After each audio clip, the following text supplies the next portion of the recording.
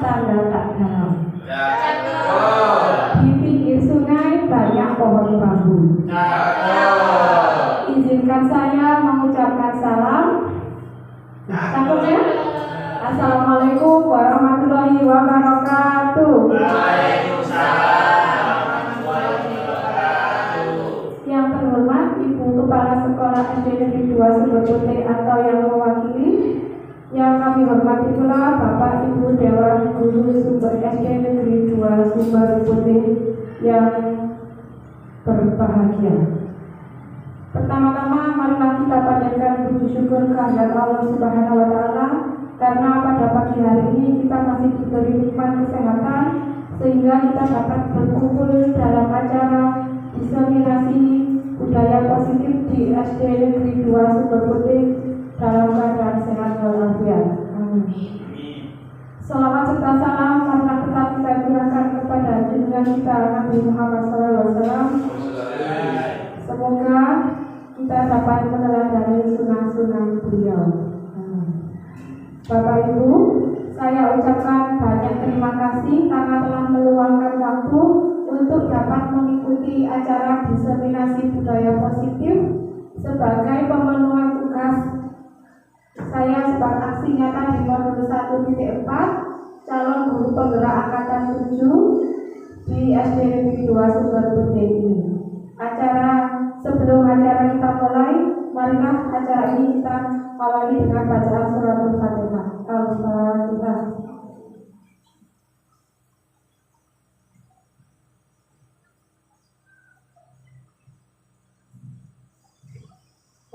Terima kasih. Acara yang kedua yaitu sambutan atau prakata dari Wakil Kepala Sekolah kepada Bapak Yanto Adi Sutrisno SPD, kami persilakan.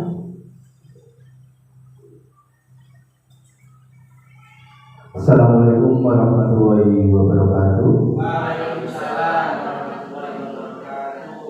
Yang terhormat Bapak Ibu Dewan Guru SD Negeri 2 Sumber Putih, syukur alhamdulillah kehadiran Ilahi Rabbi yang telah melimpahkan segala nikmat bagi kita semua, sehingga pada pagi hari ini kita dapat hadir di sini dalam acara diseminasi modul 1.4 budaya positif di SD Negeri 2 Sumber Putih dalam keadaan sehat walafiat. Amin.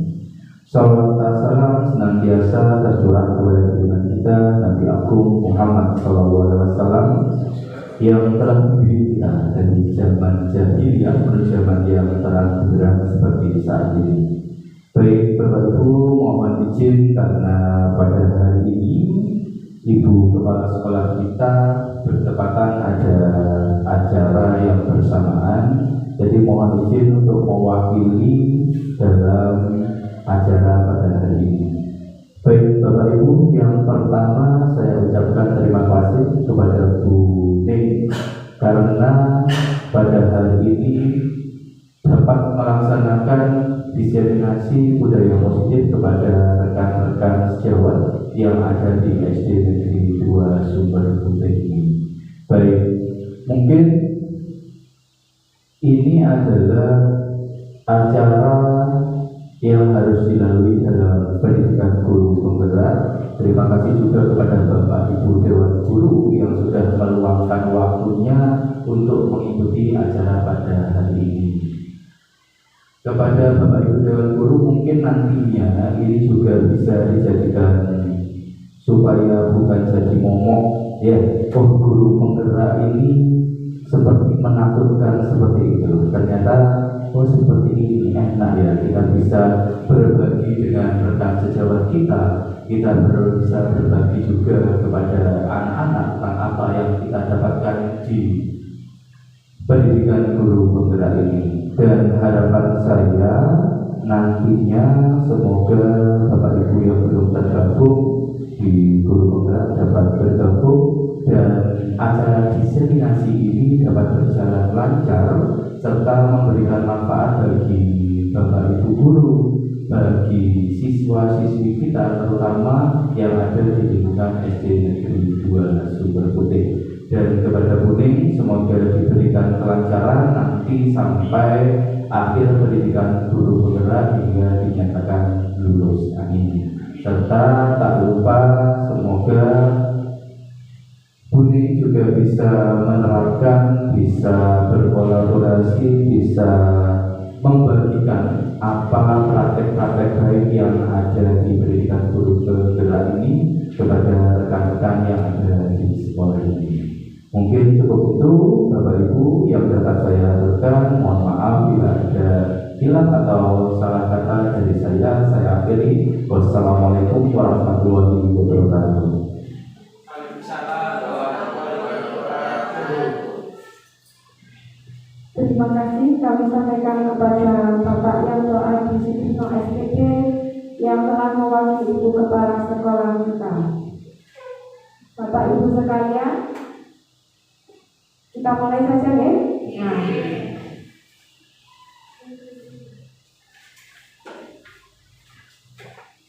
di modul 1.4 ini di guru penggerak kita belajar yang namanya budaya positif. Nah, tentu budaya positif berarti budaya yang seperti apa?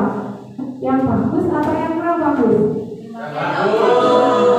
Budaya yang bagus atau budaya positif. Nah, ada suatu kasus. Pada hari Jumat ada kegiatan Jumat Sehat.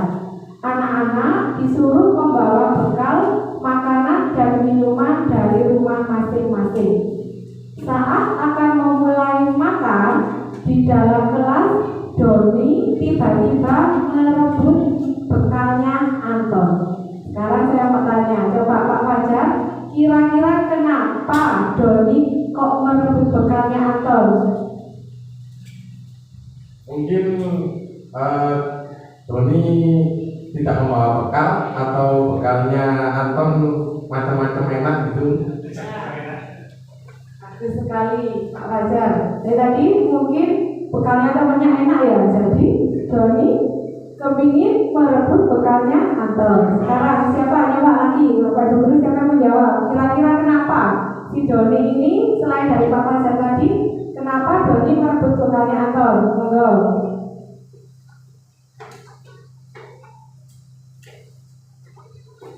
Kalau menurut saya mungkin bekalnya Doni itu dibentuk bermacam-macam, sedangkan punyanya Anton hanya nasi dan sayur, tidak ada inisiatif dari ibunya mungkin Bu. Terima kasih Ibu Winda dan Pak Fajar. Ternyata anak-anak seperti itu ya, ketika ada bekalnya temannya menari, dia berusaha untuk berburu. Ada juga punya dia juga sudah menari, tapi kenapa kok masih mau merebut punya teman yang lain?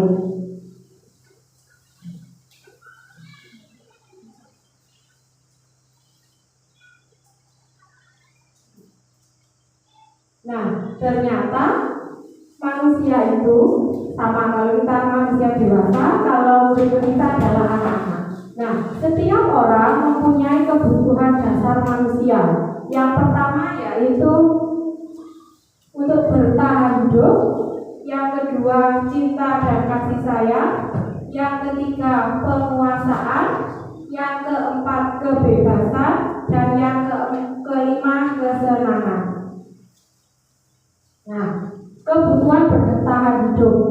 Nah, seperti Doni tadi, kenapa mau merebut makanan? Nah, berarti dia itu sebenarnya kepingin memenuhi kebutuhan hidupnya. Apa kira-kira? Makan, ya sama. Berarti kebutuhan dasar seperti ini.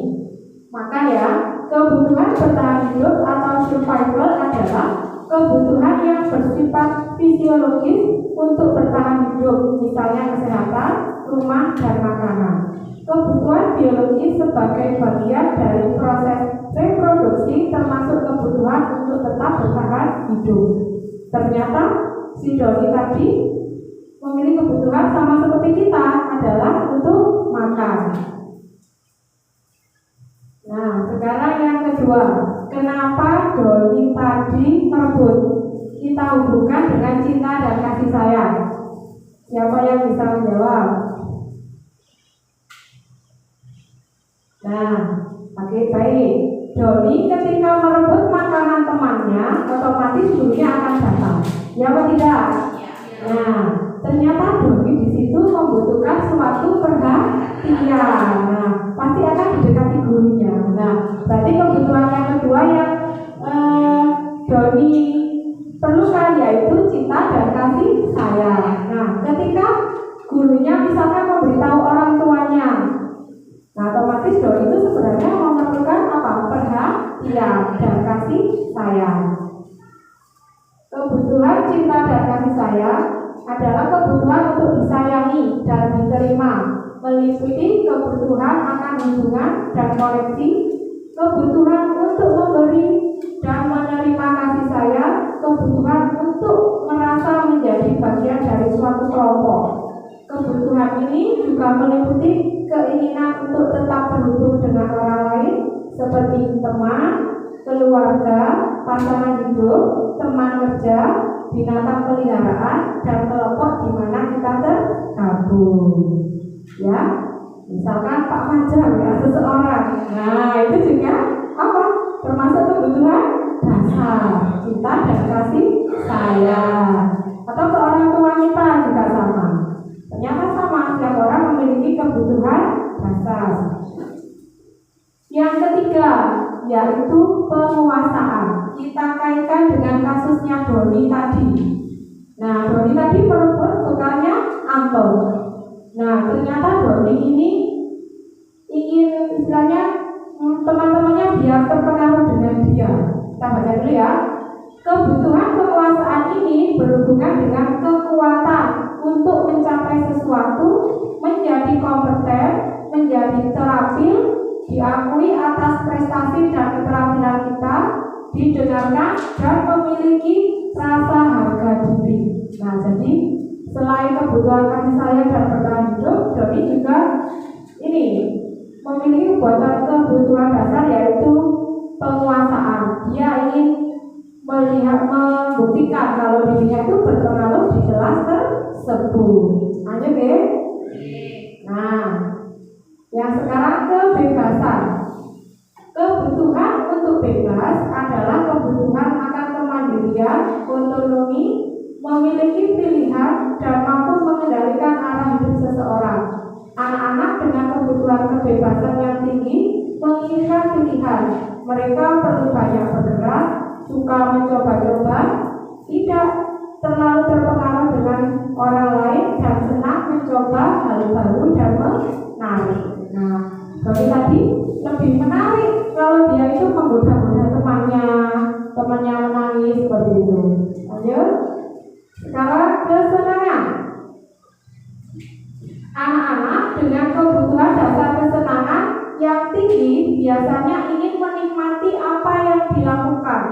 Mereka juga bisa berkonsentrasi tinggi saat mengerjakan hal yang disenangi.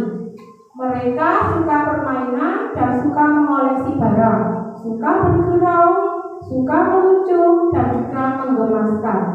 Bahkan saat mereka bertingkah laku buruk, mereka masih terlihat lucu. Nah, ini sangat terlihat di kelas rendah ya Bu Indah ya. Anak-anak itu suka lari ke sana kemari, suka bercanda, melucu. Ternyata mereka punya kebutuhan dasar tadi, kesenangan, ingin bersenang-senang. Nah, bahkan ada yang terlihat lucu seperti KPK ya. Nah, kita sebagai guru harus bagaimana ketika kita paham kebutuhan dasar manusia, tentunya anak-anak atau kita sendiri, nanti kita akan mudah menentukan suatu cara untuk dapat menanganinya. Otomatis saya ya, misalkan ada masalah itu awalnya pasti ketika ada anak buat masalah mesti emosi gitu. Nah, ternyata itu nanti kita akan saya akan presentasikan suatu cara bagaimana menangani anak-anak tersebut. Nah, sebagai guru apa? Sebagai guru kita harus bagaimana? Nah, ini videonya saya putar ya. Coba Bima di gambar itu menceritakan tentang apa kira-kira? gambar tersebut menceritakan ada seorang siswi datang terlambat ke kelas. Jadi ada di sebelahnya itu ada bapak guru sedang menasehati. Kenapa kok terlambat seperti itu? Akhirnya dipanggil ke depan. Terima kasih Bu. Dari gambar ini Ani dia terlambat. Ya, sepertinya dari wajahnya terlihat sedih sekali. Dia menunduk, kemudian Pak gurunya ini kira-kira menasehati atau sedang marah kalau seperti itu posisinya? Iya, sepertinya agak marah ya. Tangannya seperti ini sambil begini. Nah, baik Bapak Ibu. Nah, menurut Bapak Ibu, ya kita refleksi dan introspeksi ya. Kita kan sama satu sekolah juga. Sikap dari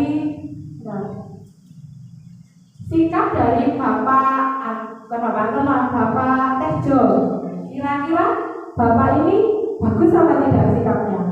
Nah, kurang bagus ya, betul sekali Bu Dwi.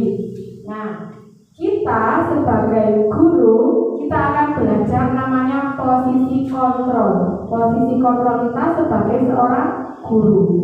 Sepertinya yang Pak Tejo tadi adalah posisinya beliau sebagai penghukum dari gambar tadi. Nah, posisi kontrol ini ada 5. 1 sebagai penghukum, 2 sebagai teman, yang ketiga pembuat rasa bersalah, keempat pemantau, yang kelima manajer. Kalau saya pribadi dulu seringnya penghukum dan pembuat rasa bersalah. Jadi saya sekarang sepertinya bersalah sekali ke anak-anak karena banyak sekali kesalahan yang saya lakukan. Kedepannya semoga kita dapat memperbaiki apa yang kita lakukan sehingga budaya positif di negeri SD 2 Sumberputih ini dapat terlaksanakan secara maksimal. Siap ya Bapak Ibu? Siap. Terima kasih. Nah, posisi kontrol apa yang pernah kita laksanakan selama ini? Itu tadi saya. Kalau Bapak Ibu pastinya berbeda. Beda ya? Lanjut. Nah, ini posisi kontrol tadi ada 5 sebagai penghukum, pembuat rasa bersalah, sebagai teman, sebagai pemantau, dan sebagai manajer. Nah, posisi penghukum dan pembuat rasa bersalah itu masuk di identitas gagal. Nah, kalau sebagai teman dan pemantau, nah ini masuk identitas berhasil atau sukses. Jadi yang bernilai negatif yang ini penghukum dan rasa bersalah, yang bagus 3 ini. Tapi dari ketiga ini sebagai teman, sebagai pemantau, dan sebagai manajer, itu yang paling bagus adalah yang mana? Ya kita cek. Kalau sebagai penghukum seperti Pak Tejo tadi, nah menghardik dengan kata-kata yang kasar, misalnya kalau kamu tidak melakukan ini awas ya. Nah, bahasanya mungkin tone-nya agak sedikit tinggi. Kalau kamu tidak melakukan yang kamu begini loh ya. Nah, dan itu sebagai apa tadi? Penghukum. Nah, yang kedua ini saya ini biasanya begini. Nah, ini pembuat rasa bersalah.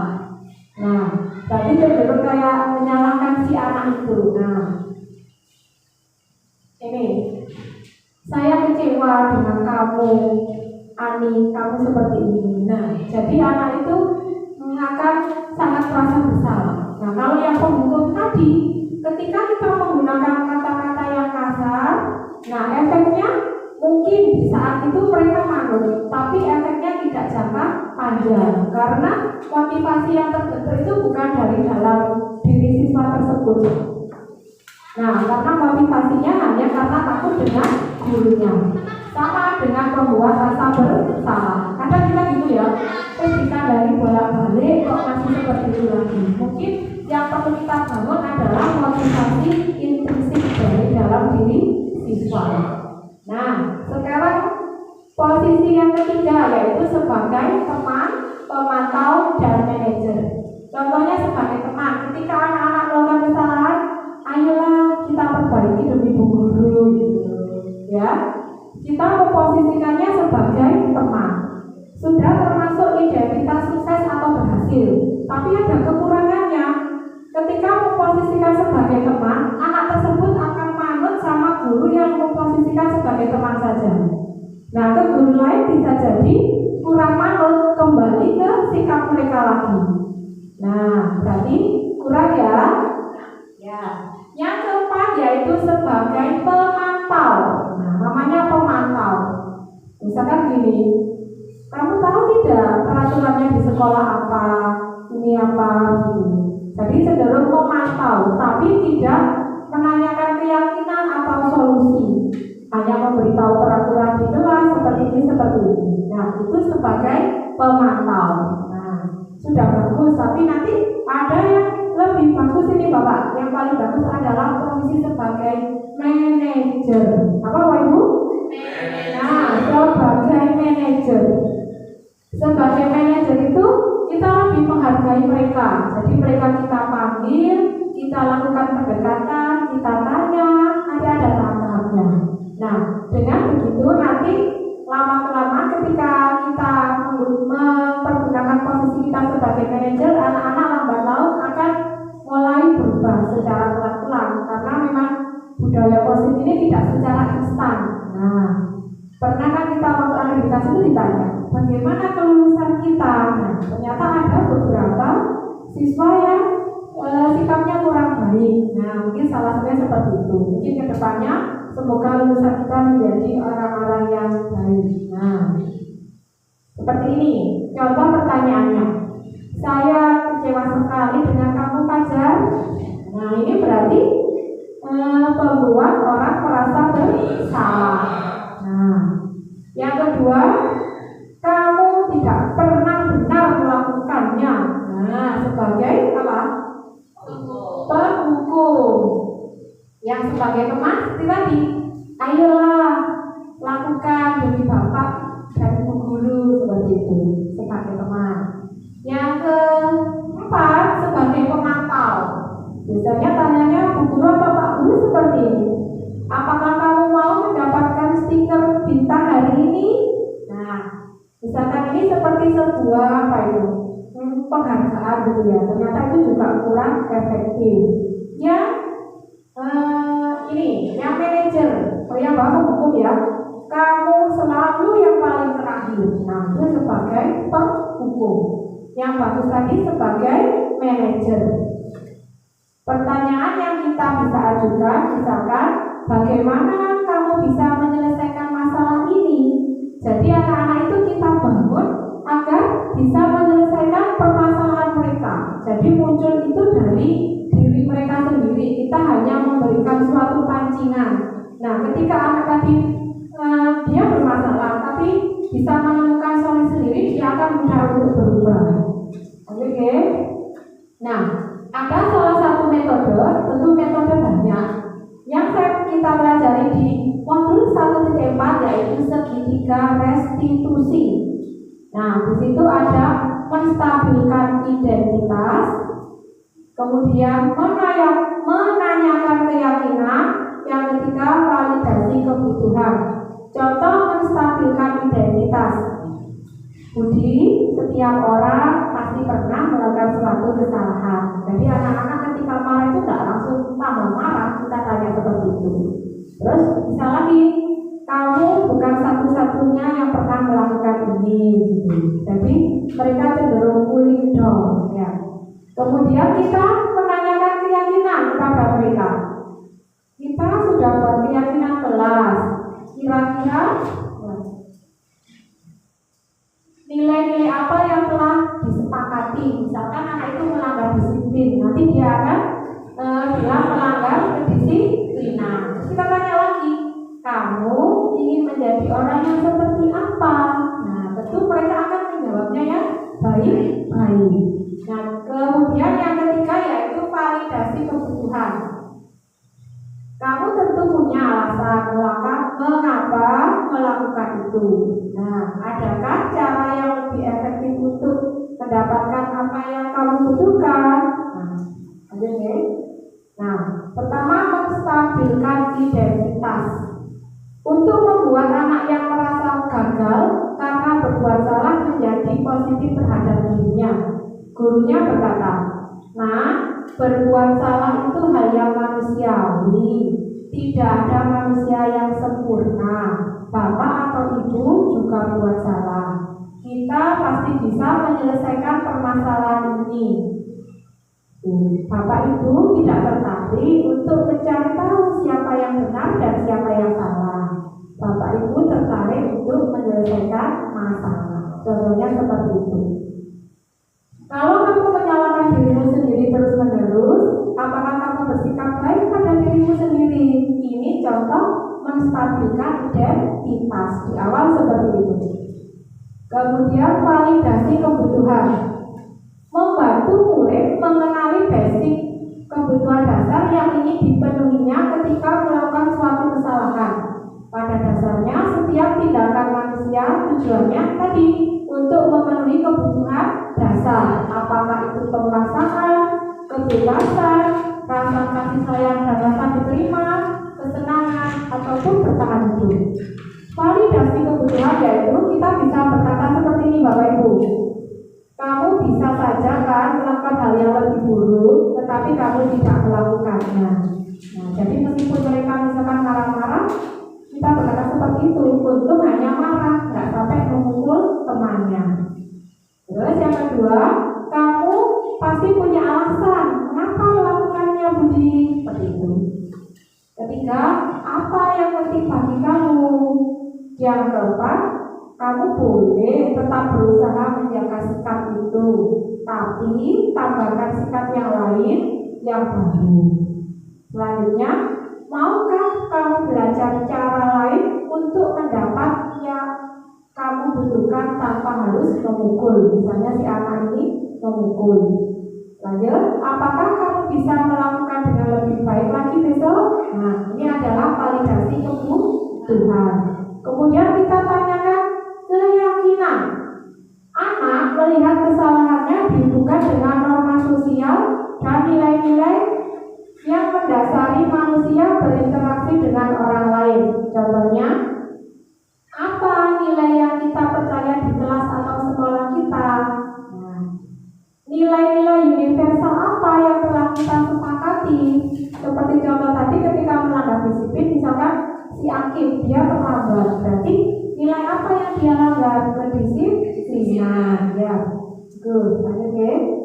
Nah, tadi ada salah satu metode yaitu segitiga restitusi. Restitusi itu sebenarnya apa? Restitusi adalah proses menciptakan kondisi bagi murid untuk memperbaiki kesalahan mereka, sehingga mereka bisa kembali pada kelompok mereka dengan karakter yang lebih kuat. Restitusi juga merupakan proses kolaboratif yang mengajarkan murid untuk mencari solusi untuk masalah dan membantu murid berpikir tentang orang seperti apa yang mereka inginkan dan bagaimana mereka harus memperlakukan orang lain. Nah, ciri-ciri restitusi yaitu restitusi fokus pada karakter, bukan tindakan. Yang kedua, restitusi adalah cara yang paling baik. Restitusi fokus pada solusi. Restitusi juga mengembalikan murid yang berbuat salah pada kelompoknya. Restitusi itu juga menguatkan. Restitusi bukan untuk menebus kesalahan, namun untuk belajar dari kesalahan. Restitusi juga memperbaiki hubungan. Restitusi menuntun untuk melihat ke dalam diri, tetapi motivasi intrinsik. Restitusi mencari kebutuhan dasar yang mendasari tindakan, dan restitusi ini adalah tawaran, bukan suatu paksaan. Nah, kemarin saya coba membuat demonstrasi kontekstual, yaitu menerapkan segitiga restitusi pada anak kita Akif kelas 2. Anaknya kemarin terlambat.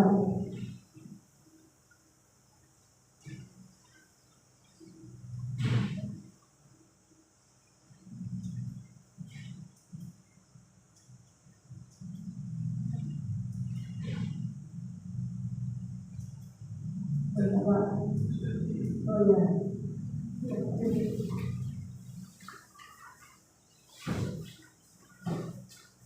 Terima kasih Bapak Ibu.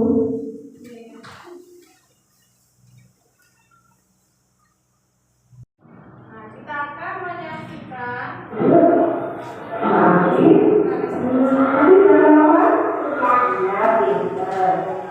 Tadi ada berani ini mendapat laporan kalau Mbak itu kelihatan melanggar apa betul? Ya, betul. Ingatnya Mbak Aki berapa kali kemarin? 3 kali. 3 kali ya. Nah, guru tahu kadang-kadang sekarang suka melanggar, kadang suka berbuat salah, tidak apa-apa. Yang penting Mbak Aki berusaha untuk memperbaikinya, ya. Setuju Mbak Aki? Setuju. Nah, tadi terlambatnya 3 kali. Sekarang kita ini Mbak Aki, berarti kalau sering terlambat itu terlambat yang kelasnya apa? Jadi kalau sering terlambat berarti tidak pasti, tidak itu Mbak Aki. Itu penting apa tidak? Penting ya, nanti semuanya jadi satu ya. Kalau tidak dipilih jadinya sudah berantakan tidak sekali. Nah, sekarang kita akan cari solusi bersama. Mbak kita tadi terlambatnya sampai 3 kali. Nah, misalnya apa lagi misalnya? Saya mencoba ya sampai malam ya. Sekarang kita bersama-sama cari solusinya agar Mbak Aki tidak terlambat lagi. Kira-kira apa ya biar tidak terlambat? Satu saya tidak akan main itu sama televisinya jangan sampai malam. Dia bisa bangun lebih awal. Mulai kapan Mbak Aki akan tidak akan bermain HP dan melihat televisi sampai malam? Besok itu. Baiklah. Nah, Mbak Aki sudah tahu solusinya dari karena terlambat tadi. Solusinya adalah tidak bermain HP sampai malam. Nah, Mbak Aki sudah untuk memperbaikinya ya. Ya, baik. Itu sudah berubah, tunggu, semoga Pak tidak terlambat lagi. Nanti guru akan segera dengan orang tua lagi akan Pak tidak terlambat. Sekarang setelah itu tadi contoh penerapan restitusi.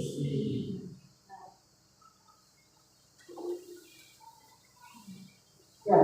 Assalamualaikum warahmatullahi wabarakatuh. Nama saya Rina Asyifatyani. Saya kelas 2 SD Negeri. Saya pernah mengalami situasi meskipun saya belum terlambat. Saya tidak dimanai oleh saya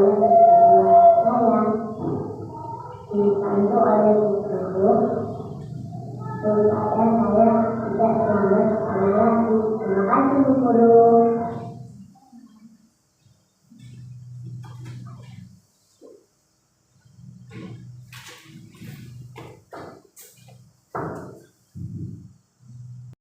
Solusi. Jadi mereka membangun solusinya dari diri mereka sendiri. Kita tidak memaksa, tapi kita hanya memancing, menawarkan seperti itu. Jadi motivasi yang terbentuk adalah motivasi intrinsik.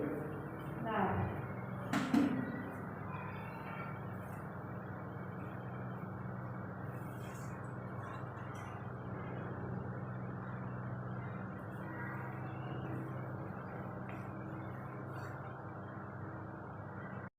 nanti kita bisa berbagi.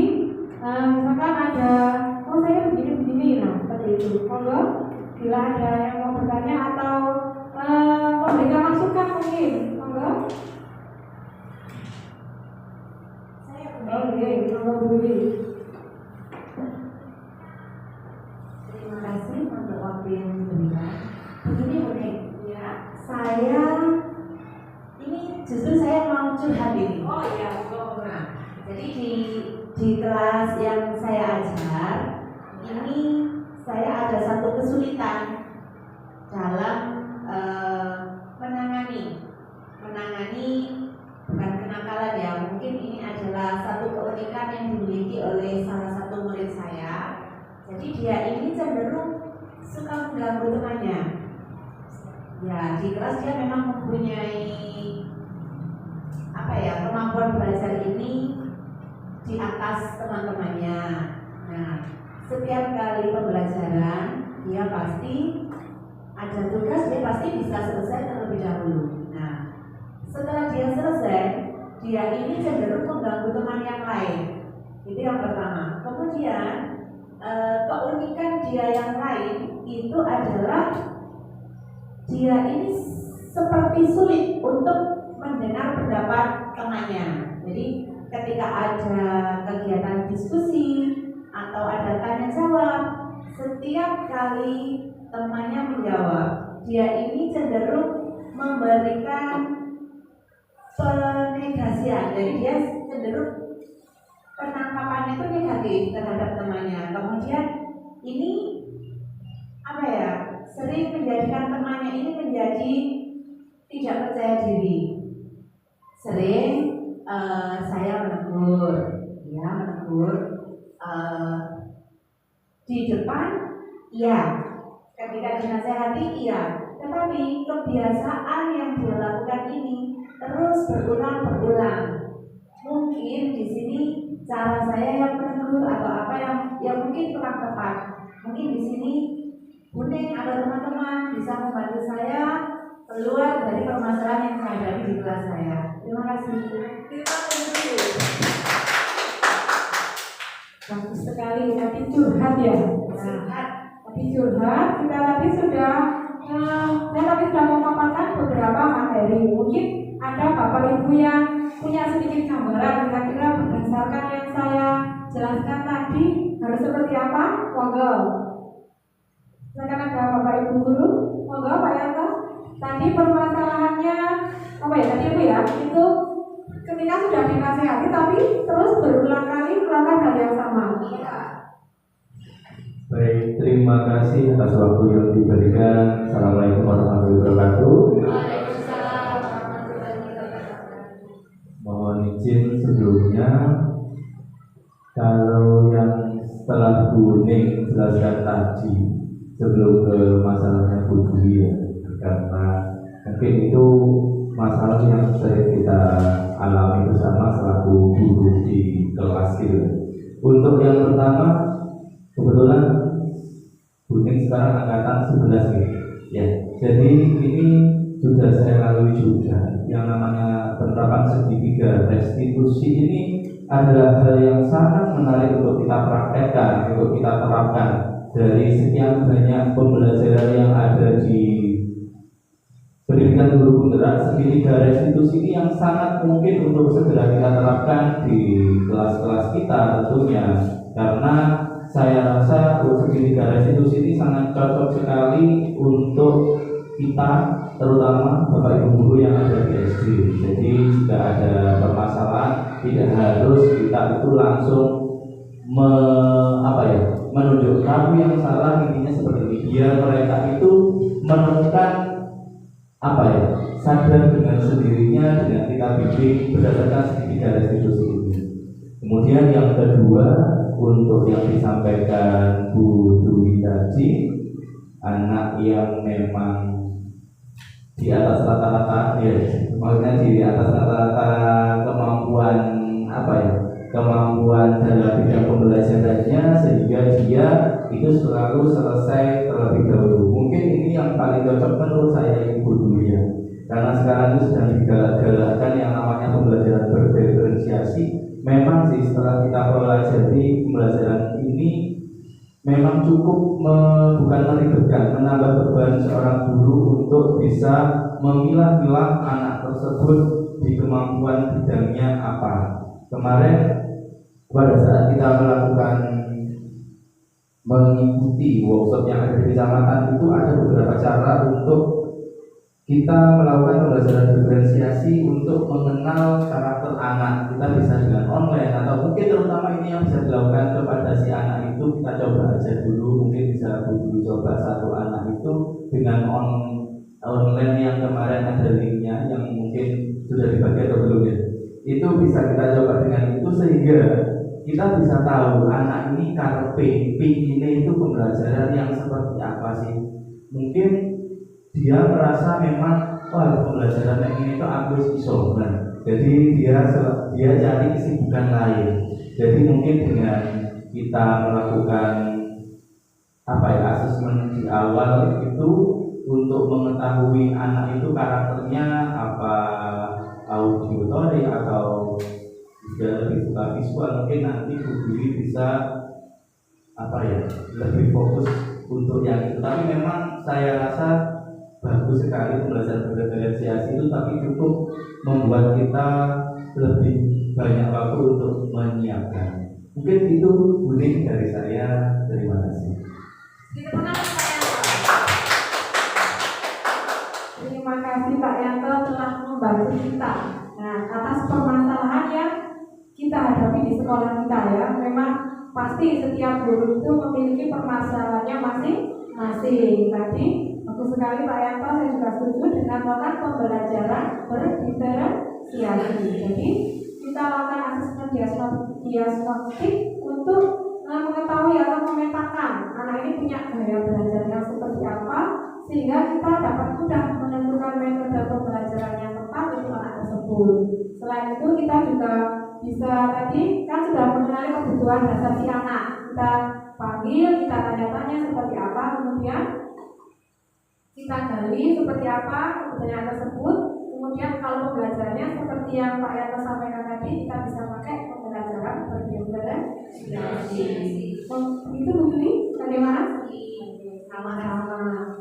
Nah, Bapak Ibu, saya rasa materi yang telah saya sampaikan sudah selesai. Semoga apa yang kita pelajari hari ini dapat kita terapkan di SD Negeri 2 Sumberkote, sehingga budaya positif yang kita dapatkan dapat terlaksanakan dengan baik. Amin. Untuk lulusan bisa bagus semua, baik kemampuan akademik ataupun karakter, karena itu memang yang paling utama.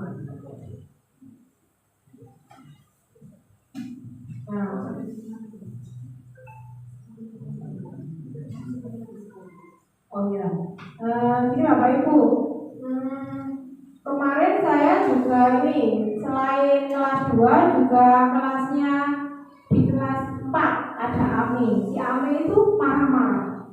Dia marah-marah sampai menggebrak meja.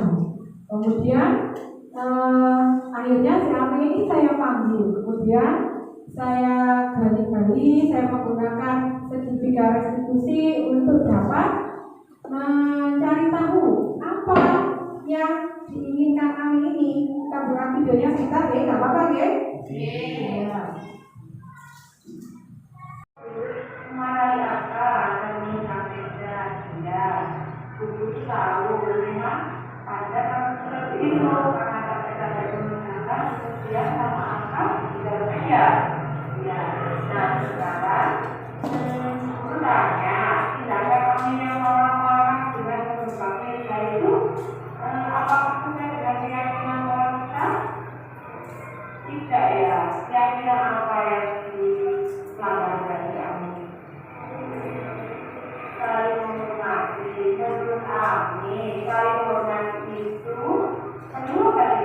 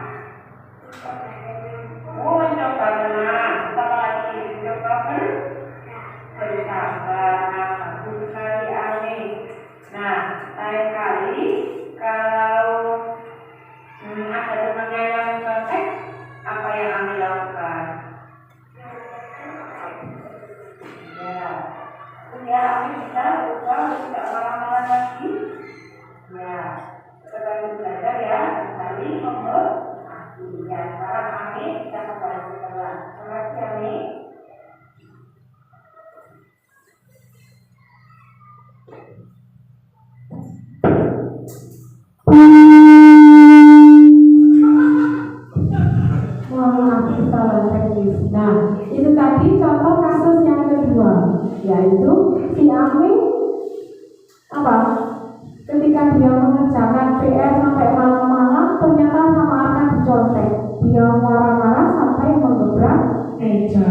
Wajar kita sendiri ketika apa kan mesti marah gitu ya. Nah, kita coba mengendalikan si Ami ini agar tidak terus meluapkan emosinya. Jadi kita panggil, kita dekati dengan metode segitiga restitusi tadi. Itu nih Bapak Ibu ya. Siap ya untuk melaksanakan budaya positif dan penerapan segitiga restitusi di sekolah kita? Ya. Nah, terima kasih Bapak Ibu telah bersama saya untuk belajar bersama tentang budaya positif. Semoga kedepannya kita bisa lebih baik lagi. Amin. Di Irian ada burung cendrawasih. Cukup sekian dan terima kasih.